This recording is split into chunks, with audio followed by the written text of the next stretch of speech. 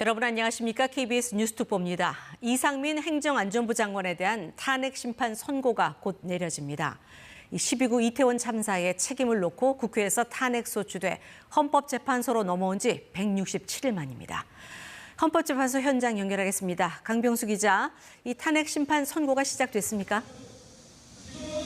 네, 여기는 서울 종로구에 있는 헌법재판소입니다. 이제 오후 2시부터 이상민 행안부 장관에 대한 탄핵 심판 선고가 시작됩니다. 이번 선고는 언론에 중계되지는 않습니다. 이 선고가 이어지는 동안에 법원 출입하는 이호준 기자와 자세한 이야기 한번 나눠보도록 하겠습니다. 네, 이 기자, 이상민 장관의 탄핵 선고를 앞두고 이곳 헌법재판소 앞에는 지금 사람들이 많이 모여 있을까요? 네, 지금 헌법재판소 앞에는 많은 사람들이 모여 있습니다. 헌정사상 처음 국무위원에 대한 탄핵 선고가 있는 만큼 아주 관심이 높은데요. 서울 종로구 제동에 있는 이곳 헌법재판소에는 이상민 장관에 대한 찬성 그리고 반대를 외치는 사람들이 많이 나와 있는 상황입니다.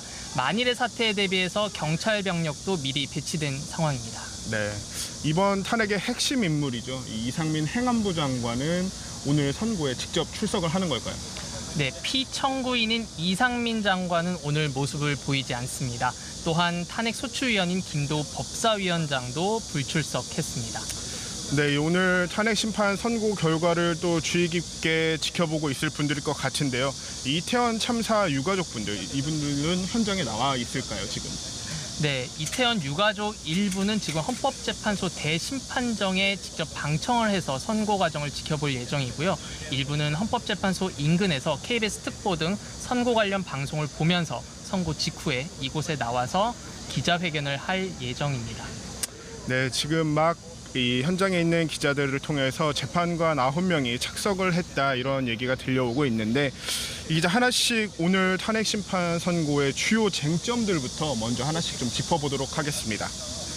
네, 먼저 주요 쟁점은 크게 세 가지로 볼 수 있습니다. 첫 번째, 재난주무장관으로서 재난이 일어나기 전 예방 조치를 잘 했는지 여부, 그리고 참사가 일어난 직후에 대응 조치가 적절했는지 여부, 그리고 마지막 세 번째는 언행 등 공무원법상 품위유지 의무를 지켰는지도 주요 쟁점입니다.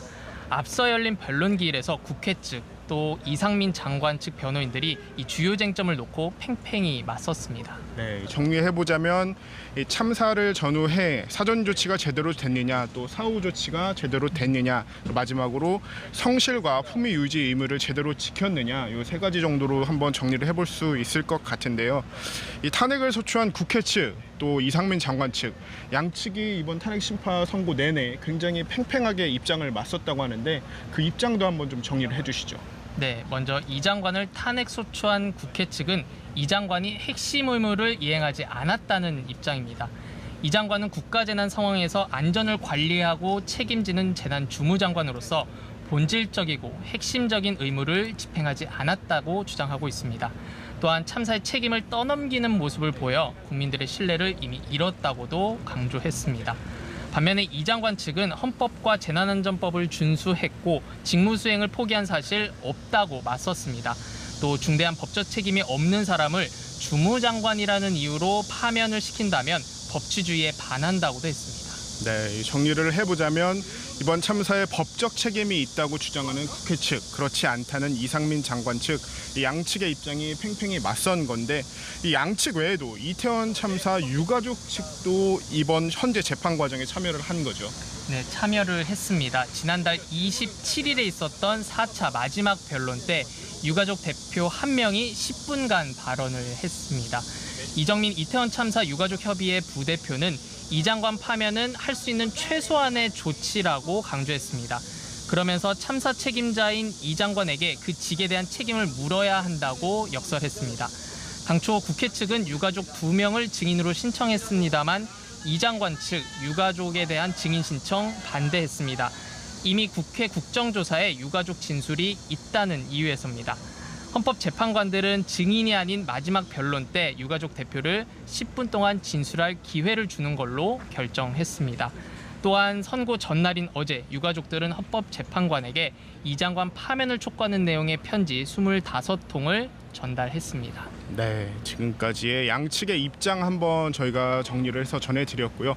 말씀하신 대로 오늘 헌재 탄핵 심판 선고는 언론을 통해 생중계되지는 않고 있습니다. 그래서 저희가 중간중간 이 현장에 나가 있는 기자의 그 소식을 통해서 어떻게 진행이 되고 있는지 특보를 통해서 계속 전해드리도록 하겠습니다. 다시 한번 좀 정리를 해보면 국회에서 2월 8일입니다. 이상민 장관에 대한 탄핵소추안을 통과를 시켰고요. 그 이후 167일이 지났습니다. 그동안에 이 헌법재판소에서 탄핵 심판 어떻게 정리돼 왔는지 그 절차 다시 한번 정리해 주시겠어요? 네, 지난 2월 8일 국회에서 이상민 장관 탄핵소추안을 통과시켰습니다. 그리고 그 다음 날에 헌재로 넘어왔는데요. 접수는 그 다음 날 헌재에 탄핵소추 의결서가 접수가 됐습니다. 이후 4월에 본격 재판을 앞두고 쟁점을 정리하는 두 번의 변론 준비 기일이 있었습니다.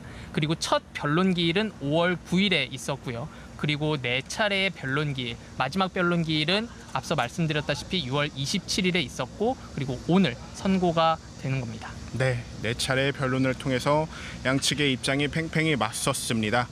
탄핵소추안이 헌재로 넘어온 지 167일째입니다.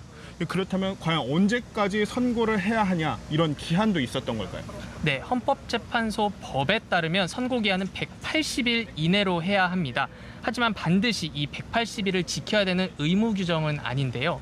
실제로 임성근 전 부장판사의 탄핵 선고의 경우에는 8개월 만에 이뤄졌습니다. 반대로 노무현, 박근혜 두 전직 대통령의 탄핵 심판은 집중 심리 등을 거쳐 3개월 만에 이뤄지기도 했습니다. 네. 지금 탄핵심판정 대심판정에서 열리고 있는데요. 탄핵심판 선고가 현장에서는 이상민 장관이 과연 얼마만큼 이 법적인 의무를 위반했는지에 대해서 먼저 살펴보겠다. 이런 재판관들의 말이 오가고 있는 것 같습니다. 저희가 말씀드린 것처럼 이번 선고가 그 언론에 생중계되지 않고 있기 때문에 그때그때마다 소식들을 조금 정리해서 전해드리도록 하겠습니다. 이번 탄핵 심판 선고 많은 시민분들도 주의 깊게 좀 지켜보고 계실 텐데요. 궁금해하시는 부분 중에 하나가 그렇다면 과연 이 헌법재판관 몇 명이 동의를 하면 탄핵이 되는 건가? 이 부분도 궁금해하실 것 같은데 이 부분 한번 좀 정리를 해주시겠어요? 네, 헌법재판관은 모두 9명으로 구성돼 있습니다. 이 9명 중에 7명이 출석해서 6명 이상이 동의하면 파면입니다. 반대로 탄핵소추가 인용되면 피청구인은 향후 5년 동안 공무원이 될 수 없는 겁니다. 반대로 헌법재판관 4명 이상이 반대를 하면 이 탄핵은 기각이 되는데요. 탄핵이 기각되면 이 장관은 선고 직후 즉시 업무에 복귀하게 됩니다. 네, 이 헌법재판소 재판관들이 이제 탄핵 심판 결정문 낭독을 시작했고요. 이 재판부는 파면을 정당화할 중대한 법 위반이 있는지가 쟁점이라고 이렇게 밝혔습니다. 저희가 이 특보가 진행되는 기간 내내 과연 안에서 재판관들이 어떻게 이야기를 하는지 그 부분 그때그때마다 정리를 해서 전해드리도록 하겠습니다. 지난 박근혜 전 대통령 탄핵 선고와 달리 이상민 장관의 탄핵 선고는 생중계되지 않고 있기 때문에 주문이 낭독되는 판결문의 마지막 부분까지 다 들어봐야 결과를 알 수 있을 것 같습니다. 말씀드린 것처럼 이 부분 저희 계속해서 정리해 전해드리도록 하겠습니다. 뉴스 중에 다시 연결해 이상민 장관의 탄핵 심판 선고 내용은 한 번 더 전해드리도록 하겠습니다. 지금까지 헌법재판소에서 전해드렸습니다. 네, 이상민 행안부 장관에 대한 탄핵 심판 선고 진행 상황 헌재 연결해서 전해드렸는데요. 새로운 소식이 들어오면 다시 현장을 연결하겠습니다. 앞서 들으신 대로 12구 이태원 참사 이후 국회는 지난 2월 참사 책임을 물어 이상민 행안부 장관에 대한 탄핵 소추안을 통과시켰고 4차례 공개 변론을 거치면서 이 국회와 이 장관 측은 치열한 공방을 벌였습니다. 자, 이혜진 기자가 그 과정을 좀 정리했습니다. 3년 만에 열린 이태원 헬로윈 축제. 10만 명이 몰리면서 좁은 골목길은 아수라장이 됐고 159명이 목숨을 잃었습니다. 유례없는 참사는 이상민 행정안전부 장관에 대한 책임 공방으로 이어져 지난 2월 야 3당 주도로 이 장관에 대한 탄핵 소추안이 발의됐습니다. 헌법재판소가 충분히 인용할 수 있는 사안이다라고까지 저는 판단을 합니다. 다수당을 차지하고 있는 민주당이 해야 될 책무이다. 탄핵 심판이 기각되는 순간 더불어민주당은 국민의 준엄한 심판과 엄청난 후폭풍에 직면하게 될 것입니다. 이틀 뒤 탄핵소추안이 국회를 통과하면서 헌정사상 최초로 국무위원이 탄핵 심판대에 올랐습니다. 탄핵소추안은 가결되었음을 선포합니다.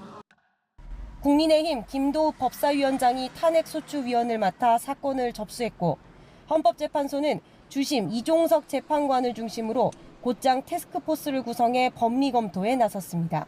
두 차례 준비기일에서 정리된 핵심 쟁점은 3가지. 재난 사전 예방 조치 의무와 사후 대응 조치가 적절했는지, 또 장관으로서 성실, 품위 유지 의무를 지켰는지 여부입니다. 본격적인 변론이 시작된 건 지난 5월. 이 장관은 대심판정에 출석하면서 애도를 표했지만 법적 책임에 대한 언급은 피했습니다. 마음의 상처를 입은 국민 여러분들께 깊은 애도의 마음을 전합니다. 장관으로서 법적 책임 없다고 보시나요? 두 달 동안 모두 4차례 열린 변론기일. 마지막까지 치열한 공방이 오갔습니다. 국회 측은 이 장관이 국가의 재난안전관리를 책임지는 주무장관으로서 헌법과 법률상 핵심 의무를 이행하지 않았다고 주장했습니다.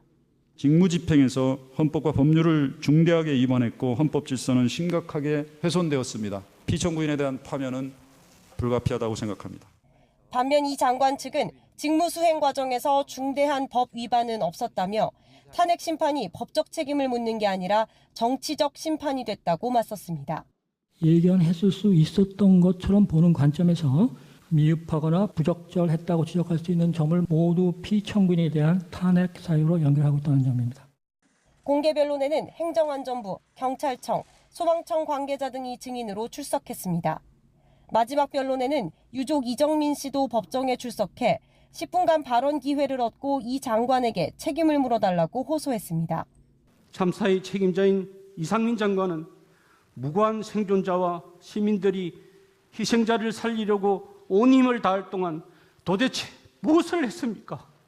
탄핵 소추된 이 장관에 대한 헌법재판소 결정은 오늘 나옵니다. 참사 발생 269일, 탄핵 소추 의결 167일 만입니다. 선고를 하루 앞두고 유족은 헌법재판관들에게 편지를 보내 마지막으로 파면 결정을 촉구했습니다. 멀쩡한 거리에서조차 생명의 위험을 감수하고 각자 도생해야 되는 국민들에게 대한민국에는 신상평벌이라는 가치관이 살아있음을 보여주시기를. 헌법재판관 9명 중 6명 이상이 찬성하면 이 장관은 즉시 파면됩니다. 반대가 4명 이상일 땐 즉시 직무에 복귀하게 됩니다. KBS 뉴스 이혜진입니다.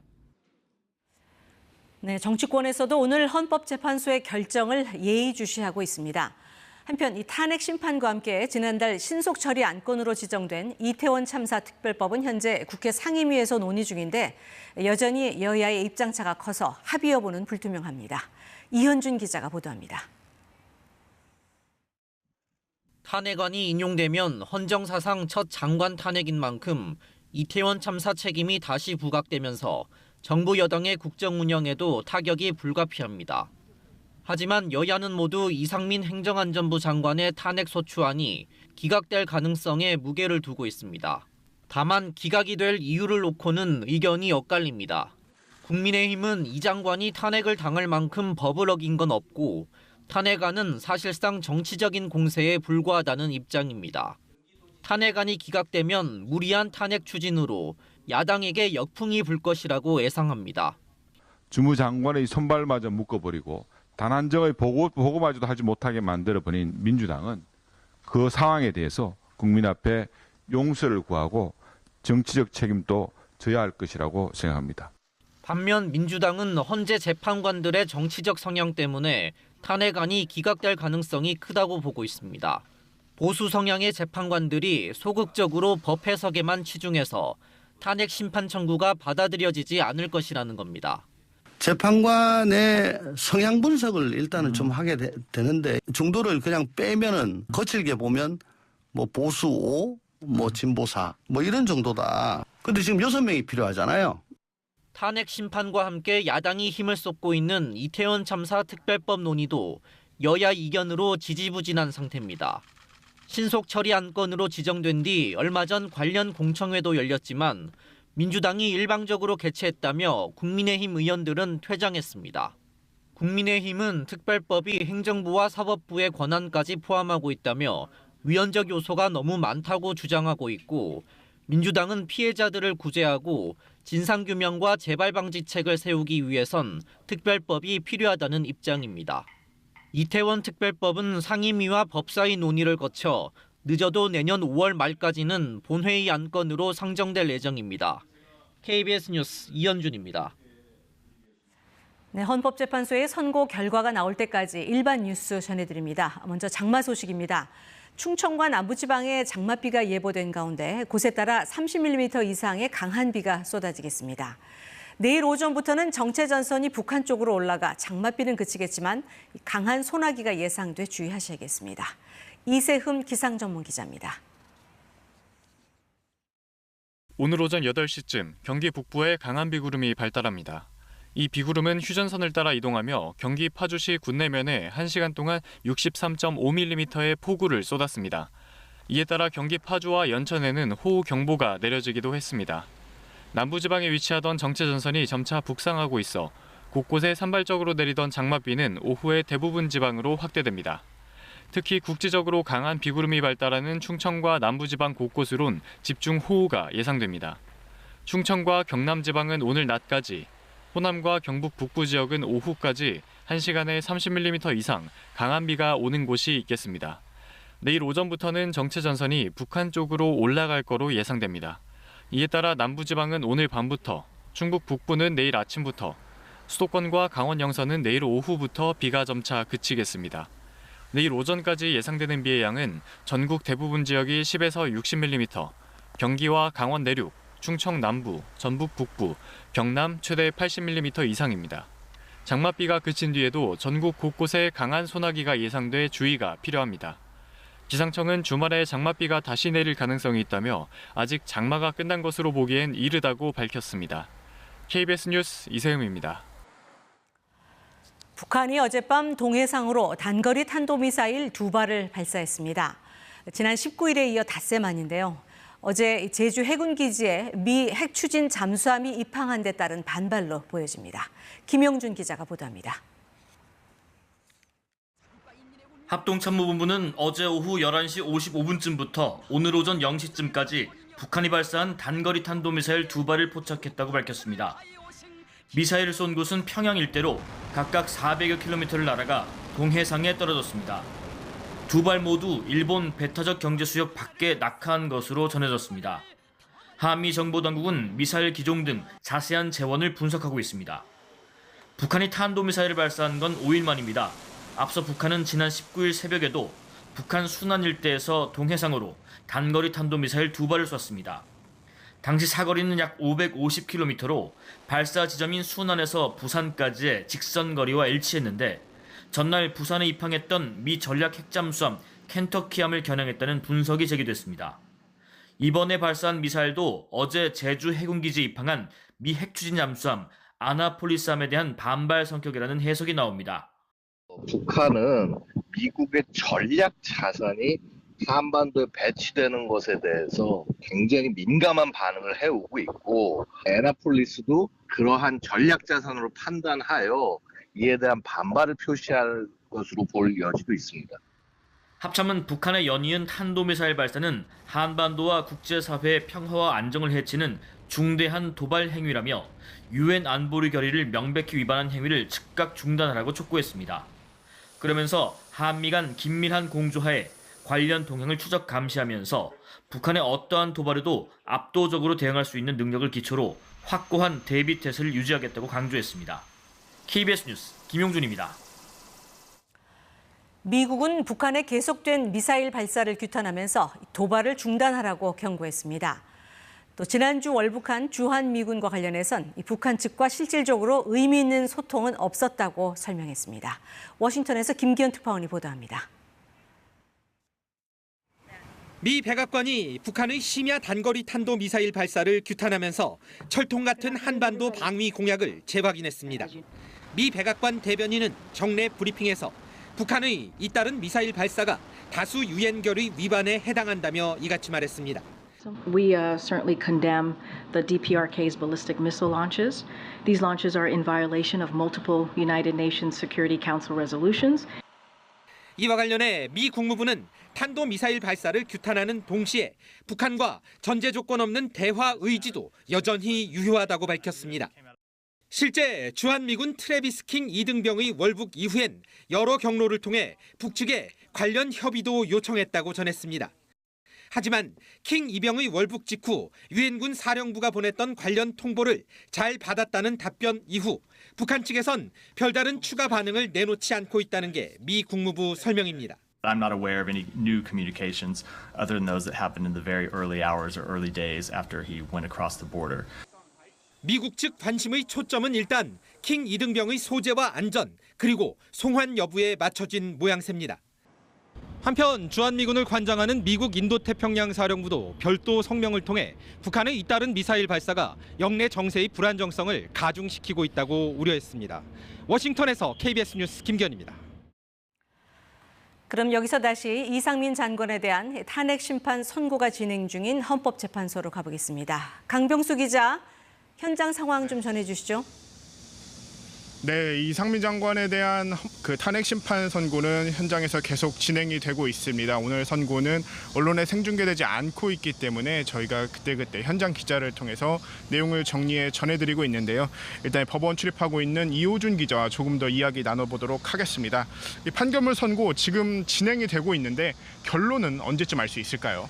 네, 판결문을 끝까지 들어봐야 선고 내용을 완전하게 파악할 수 있을 것으로 보입니다. 저희가 중간중간에 선고 내용을 지금 접하고 있지만 탄핵 소추 인용과 기각 등 가장 중요한 결정은 가장 나중에 나올 가능성이 큽니다.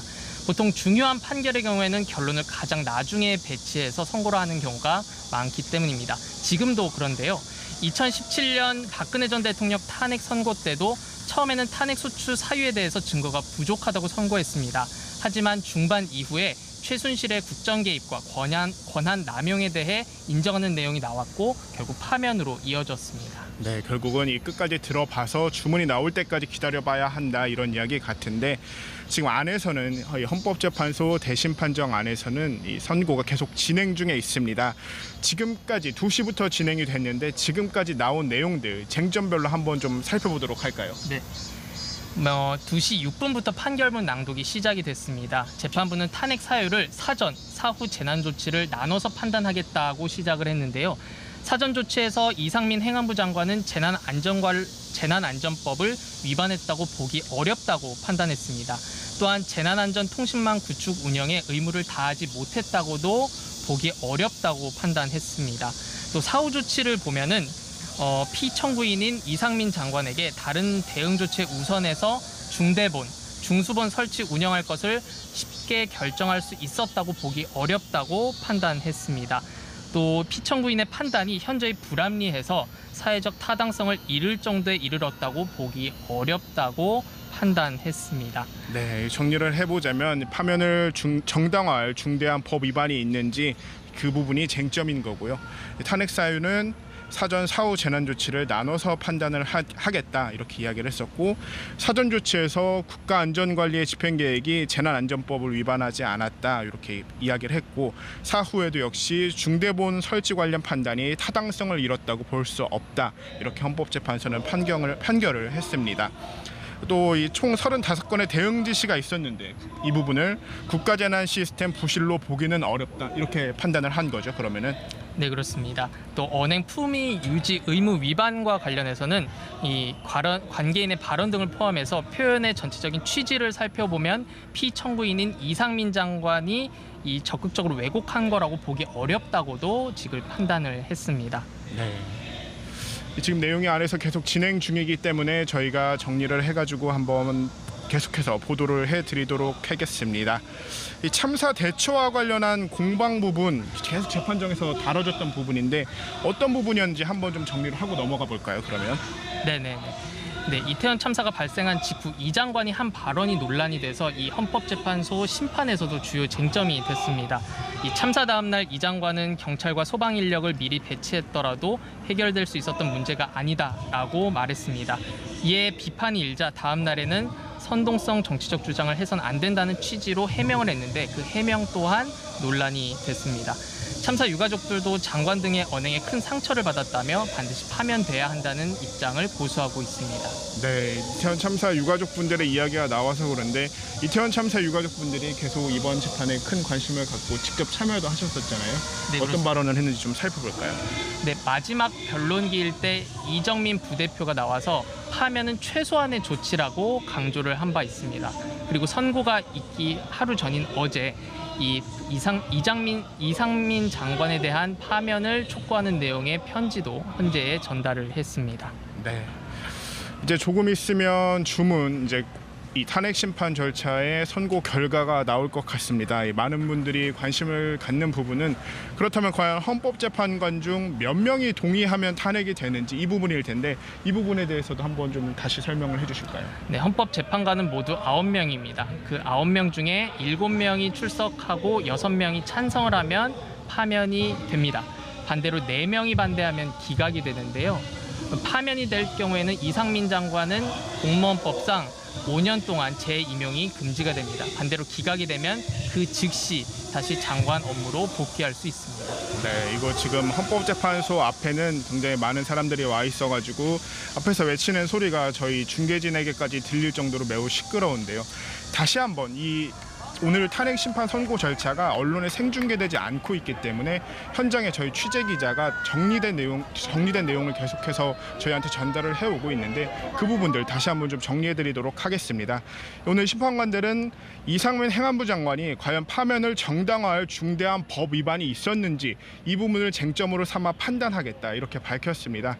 이 탄핵 사유는 사전, 사후 재난 조치를 나눠서 판단하겠다고 밝혔고요. 특히 사전 조치상에 국가안전관리의 집행계획이 재난안전법의 위반은 아니다 이렇게 판단을 했습니다. 또 행안부 장관으로서 다중 밀집사고 예방 요구를 모두 다 시키기는 어렵다 이렇게 판단을 했습니다. 사후적으로는 중대본 설치 관련 판단을 타당성이 이뤘다고 볼 수는 없다고 판단을 했고요. 이태원 참사가 이 특정 원인이 아니라 총체적 원인으로 발생을 했다 이렇게 판단을 하기도 했습니다. 이 장관의 발언이 굉장히 부적절했다. 성실 유지 의무, 품위 유지 의무를 위반했다라는 부분도 쟁점이 됐는데 이 부분에 대해선 재판관들이 참사 후 발언이 부적절했다고는 판단을 했지만 곧 사과에 파면을 정당화할 사유는 아니다 이렇게까지 판단을 했습니다.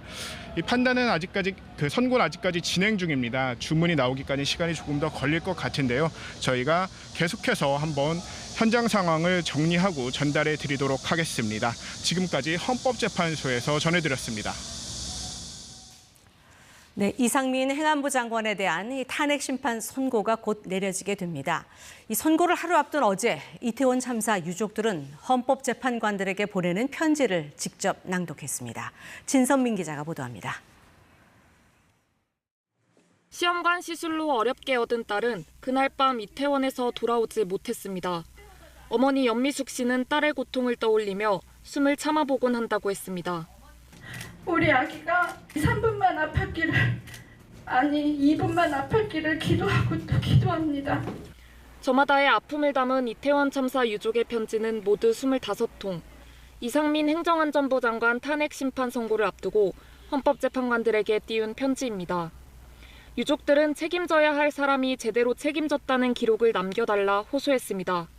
멀쩡한 거리에서조차 생명의 위험을 감수하고 각자 도생해야 되는 국민들에게 대한민국에는 신상평벌이라는 가치관이 살아있음을 보여주시기를. 헌법재판소의 탄핵 심판 선고는 오늘 오후 2시. 이태원 참사 책임을 물어 국회에서 탄핵 소추안을 의결한 지 167일 만입니다. 4차례 공개 변론에서 핵심 쟁점은 참사 전 사전 예방 조치와 참사 후 대응 조치가 적절했는지, 또 장관으로서 성실과 품위 유지 의무를 다했는지 여부입니다. 국회 측은 이 장관이 국가의 재난안전 관리를 책임지는 주무장관으로서 헌법과 법률상 핵심 의무를 이행하지 않았다고 주장했고, 이 장관 측은 직무수행 과정에서 헌법과 재난안전법을 준수했다며 탄핵 심판이 법적 책임을 묻는 게 아니라 정치적 심판이 됐다고 맞섰습니다. 탄핵이 인용되려면 헌법재판관 9명 중 6명 이상이 찬성해야 합니다. 반대가 4명 이상이면 이 장관은 즉시 직무에 복귀하게 됩니다. KBS 뉴스 진선민입니다. 지난해 10월 29일 이태원 참사가 발생한 이후 국회는 지난 2월 참사 책임을 물어 이상민 행안부 장관에 대한 탄핵 소추안을 통과시켰습니다. 이 4차례 공개 변론을 거치면서 국회와 이 장관 측은 치열한 공방을 벌였는데요. 이 참사부터 이 장관에 대한 탄핵과 또 헌재 심판 과정을 이혜진 기자가 정리했습니다. 3년 만에 열린 이태원 헬로윈 축제. 10만 명이 몰리면서 좁은 골목길은 아수라장이 됐고 159명이 목숨을 잃었습니다. 유례없는 참사는 이상민 행정안전부 장관에 대한 책임 공방으로 이어져 지난 2월 야 3당 주도로 이 장관에 대한 탄핵 소추안이 발의됐습니다. 헌법재판소가 충분히 인용할 수 있는 사안이다라고까지 저는 판단을 합니다. 다수당을 차지하고 있는 민주당이 해야 될 책무이다. 탄핵 심판이 기각되는 순간 더불어민주당은 국민의 준엄한 심판과 엄청난 후폭풍에 직면하게 될 것입니다. 이틀 뒤 탄핵 소추안이 국회를 통과하면서 헌정사상 최초로 국무위원이 탄핵 심판대에 올랐습니다. 탄핵 소추안은 가결되었음을 선포합니다. 국민의힘 김도읍 법사위원장이 탄핵소추위원을 맡아 사건을 접수했고 헌법재판소는 주심 이종석 재판관을 중심으로 곧장 태스크포스를 구성해 법리 검토에 나섰습니다. 2차례 준비기일에서 정리된 핵심 쟁점은 3가지. 재난 사전 예방 조치 의무와 사후 대응 조치가 적절했는지, 또 장관으로서 성실, 품위 유지 의무를 지켰는지 여부입니다. 본격적인 변론이 시작된 건 지난 5월. 이 장관은 대심판정에 출석하면서 애도를 표했지만 법적 책임에 대한 언급은 피했습니다. 마음의 상처를 입은 국민 여러분들께 깊은 애도의 마음을 전합니다. 장관으로서 법적 책임 없다고 보시나요? 2달 동안 모두 4차례 열린 변론 기일. 마지막까지 치열한 공방이 오갔습니다. 국회 측은 이 장관이 국가의 재난안전관리를 책임지는 주무장관으로서 헌법과 법률상 핵심 의무를 이행하지 않았다고 주장했습니다. 직무집행에서 헌법과 법률을 중대하게 위반했고 헌법 질서는 심각하게 훼손되었습니다. 피청구인에 대한 파면은 불가피하다고 생각합니다. 반면 이 장관 측은 직무수행 과정에서 중대한 법 위반은 없었다며 탄핵 심판이 법적 책임을 묻는 게 아니라 정치적 심판이 됐다고 맞섰습니다. 예견했을 수 있었던 것처럼 보는 관점에서 미흡하거나 부적절했다고 지적할 수 있는 점을 모두 피청구인에 대한 탄핵 사유로 연결하고 있다는 점입니다. 공개 변론에는 행정안전부, 경찰청, 소방청 관계자 등이 증인으로 출석했습니다. 마지막 변론에는 유족 이정민 씨도 법정에 출석해 10분간 발언 기회를 얻고 이 장관에게 책임을 물어달라고 호소했습니다. 참사의 책임자인 이상민 장관은 무고한 생존자와 시민들이 희생자를 살리려고 온 힘을 다할 동안 도대체 무엇을 했습니까? 탄핵 소추된 이 장관에 대한 헌법재판소 결정은 오늘 나옵니다. 참사 발생 269일, 탄핵 소추 의결 167일 만입니다. 선고를 하루 앞두고 유족은 헌법재판관들에게 편지를 보내 마지막으로 파면 결정을 촉구했습니다. 멀쩡한 거리에서조차 생명의 위험을 감수하고 각자 도생해야 되는 국민들에게 대한민국에는 신상평벌이라는 가치관이 살아있음을 보여주시기를. 헌법재판관 9명 중 6명 이상이 찬성하면 이 장관은 즉시 파면됩니다. 반대가 4명 이상일 땐 즉시 직무에 복귀하게 됩니다. KBS 뉴스 이혜진입니다. 국회도 오늘 헌법재판소의 결정에 촉각을 곤두세우고 있습니다. 한편 이 탄핵 심판과 함께 지난달 신속 처리 안건으로 지정된 이태원 참사 특별법은 현재 국회 상임위에서 논의 중인데 여야의 입장차가 여전히 커서 합의가 쉽지 않을 것으로 보입니다. 보도에 이현준 기자입니다. 탄핵안이 인용되면 헌정사상 첫 장관 탄핵인 만큼 이태원 참사 책임이 다시 부각되면서 정부 여당의 국정 운영에도 타격이 불가피합니다. 하지만 여야는 모두 이상민 행정안전부 장관의 탄핵 소추안이 기각될 가능성에 무게를 두고 있습니다. 다만 기각이 될 이유를 놓고는 의견이 엇갈립니다. 국민의힘은 이 장관이 탄핵을 당할 만큼 법을 어긴 건 없고 탄핵안은 사실상 정치적인 공세에 불과하다는 입장입니다. 탄핵안이 기각되면 무리한 탄핵 추진으로 야당에게 역풍이 불 것이라고 예상합니다. 주무장관의 손발마저 묶어버리고 단 한 점의 보고마저도 하지 못하게 만들어버린 민주당은 그 상황에 대해서 국민 앞에 용서를 구하고 정치적 책임도 져야 할 것이라고 생각합니다. 반면 민주당은 헌재 재판관들의 정치적 성향 때문에 탄핵안이 기각될 가능성이 크다고 보고 있습니다.